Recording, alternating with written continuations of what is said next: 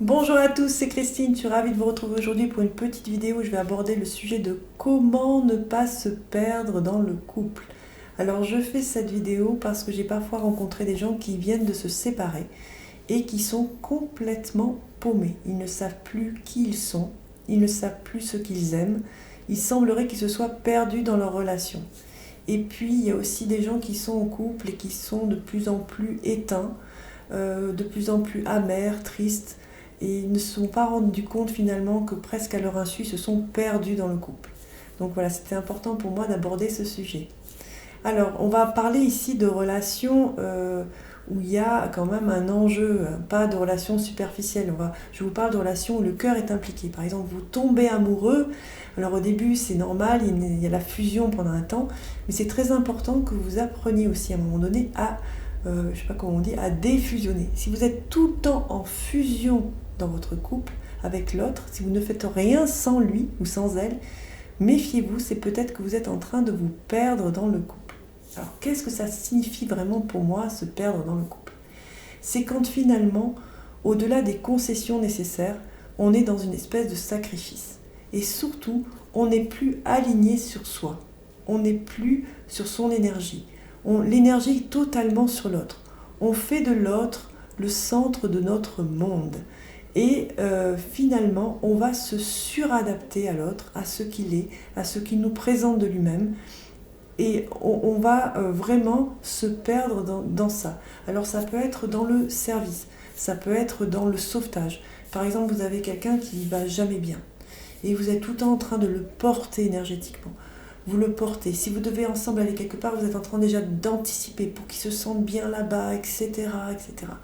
Et le jour où vous avez besoin de soutien, finalement, il n'y a personne. Parce que l'autre personne n'est pas capable de vous offrir ça. La relation est complètement déséquilibrée.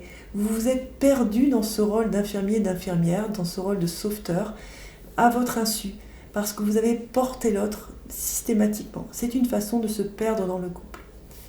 Une autre façon, ça serait, je prends un exemple concret. Martine est avec son conjoint, il mange avec des amis. Et Martine a toujours des convictions assez fortes sur certains sujets. Elle était même engagée, assez militante à une époque, etc. Donc, ils sont tous en train de prendre un repas. Tout d'un coup, le conjoint de Martine va énoncer une opinion totalement contraire à l'opinion qu'a Martine normalement, et va dire oui, Martine et moi on pense que sur ce sujet, nanana. D'ailleurs Martine est d'accord avec moi, nanana. Et Martine, au lieu de dire les choses et de dire bah non, tu dis n'importe quoi, je suis pas d'accord, etc., va se taire et en apparence va adopter le système de croyance, la vision du monde de son conjoint. Et vous avez tous ces amis qui sont ahuris autour en disant mais qu'est-ce qui se passe, etc. Et quand ils vont venir la questionner après, quand elle sera seule, non mais il n'a pas tort, etc. Non mais j'ai changé d'avis, etc. À un moment donné, si vous choisissez d'adopter le système de croyance de l'autre parce que ça vous vibre, ça vous convient, ça vous parle, mais c'est génial. Mais si ce n'est pas le cas, d'arriver à s'écraser comme ça dans l'énergie par rapport à quelqu'un qui énonce des choses et c'est comme ça et tu penses comme ça toi aussi, c'est là où ça devient dangereux. C'est une autre façon de se perdre dans le couple. Et puis, il y a vraiment, je pourrais vous donner, je ne sais pas combien de sujets. Un autre exemple, c'est, par exemple, vous aimez, je ne sais pas moi, faire des randos toutes les semaines. Et votre conjoint dit « Ah ben non, tu vas pas partir pendant 2 heures, faire une rando quand même, tu me laisses tout seul. » tout. Donc vous allez renoncer à ce besoin que vous avez de faire des randos, et peut-être vous allez même faire une activité avec la personne que vous n'aimez pas vraiment pour être avec elle ou être avec lui. Et vous allez finalement, encore une fois de plus, vous perdre par rapport à quelque chose qui est important pour vous à la base. Donc voilà, se perdre dans le coup, pour moi, c'est ne plus être aligné sur soi, et ne plus être en accord quelque part avec qui l'on est vraiment. Donc c'est pas super top, on va dire. Alors, pourquoi on fait ça? Si on va un peu chercher, en général, derrière, il y a la peur de perdre l'autre.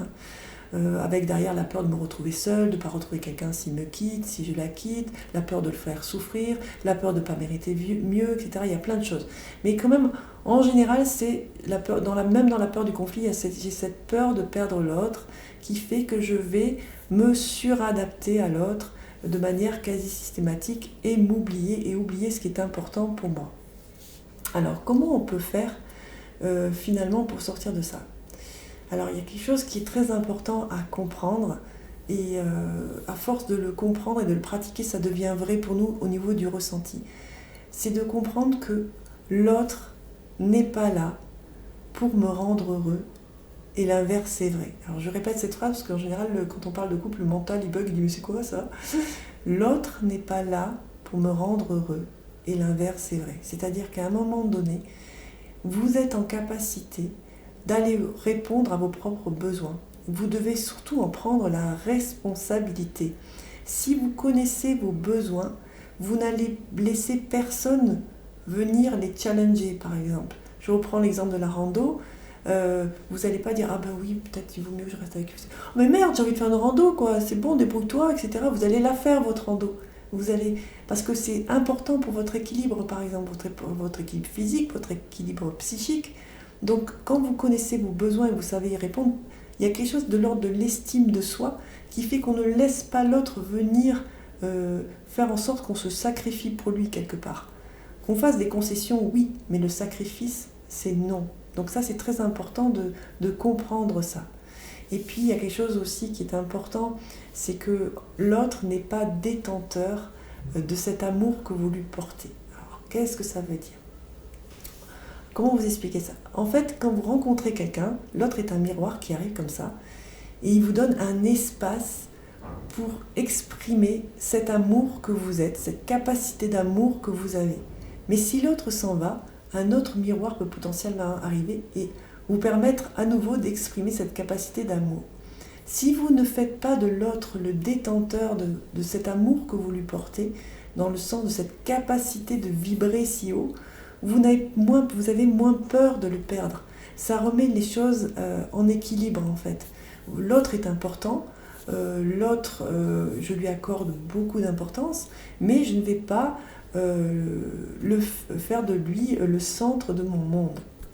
Et puis il y a quelque chose qui est important aussi que vous devez comprendre, c'est que quand vous vous suradaptez comme ça à quelqu'un, vous perdez de votre attrait, vous perdez de votre côté séduction, vous perdez beaucoup de votre sex appeal. Je vous donne un exemple. Par exemple, quand la personne vous a connu, vous aviez des passions, vous aviez des amis, vous faisiez beaucoup de voyages, vous aviez un boulot, etc. Et puis après, vous avez arrêté vous êtes toujours votre boulot, mais vous avez arrêté de faire des voyages, vous avez arrêté de suivre vos passions, etc. Vous avez perdu finalement en qualitatif, et celle ou celui que vous étiez finalement à ses yeux n'est plus là. Et puis quand il faut que je fasse un aparté sur la sexualité parce que c'est ce que je ressens comme important. Quand vous vous suradaptez à l'autre, vous pouvez aussi des fois vous suradapter dans la sphère intime du couple. C'est-à-dire, ne connaissant pas vos besoins ou n'ayant pas assez confiance en vous, vous n'osez pas les exprimer. Et parfois, vous allez subir, entre guillemets, que vous soyez un homme ou une femme, une sexualité plutôt médiocre, pas très épanouissante pour vous, parce que vous n'osez pas dire ce dont vous avez besoin. On en revient toujours à la même chose. C'est très important que vous appreniez à vous connaître. D'ailleurs, j'ai fait une vidéo qui s'appelle la cartographie des besoins. Je vous la mets en lien. Voilà. Donc, pour moi, ne pas se perdre dans le couple, c'est faire des concessions sans aller jusqu'au sacrifice. C'est comprendre que je n'ai pas la responsabilité de rendre heureux l'autre, comme il n'a pas la responsabilité de me rendre heureux, parce que j'apprends au fur et à mesure aussi dans le couple à exprimer mes besoins que j'ai déjà repérés. Voilà, c'est un apprentissage qui peut se faire en étant en couple, de ne pas se perdre. C'est dommage de risquer, de ne pas se risquer dans une relation par peur de se perdre justement. On peut faire cet apprentissage aussi avec l'autre et aussi être vigilant que l'autre ne se perde pas pour vous dans le couple aussi. Voilà, j'espère que cette vidéo vous aura été utile.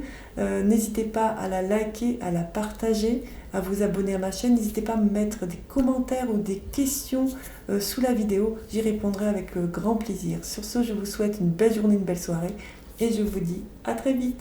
Bye bye.